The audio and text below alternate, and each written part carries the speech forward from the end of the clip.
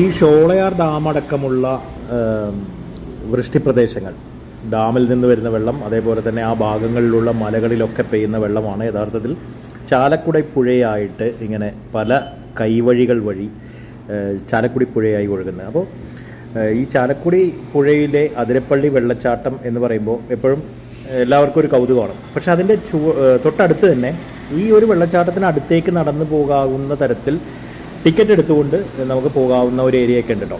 അപ്പം അവിടെ ഇതേപോലെ ഒരു കൂര കാണാൻ പറ്റും. വെള്ളത്തിൽ എത്ര കനത്ത വെള്ളപ്പൊക്കം വന്നാലും അല്ലെങ്കിൽ വെള്ളം എത്ര ശക്തമായിട്ട് ഒഴുകിയാലും ഈ ഒരു കൂര അവിടെ നിലനിൽക്കുന്നതായിട്ടും കാണാം. അപ്പം ഇതിലേക്ക് പോകാനുള്ള വഴികൾ അടക്കമുണ്ട് കേട്ടോ.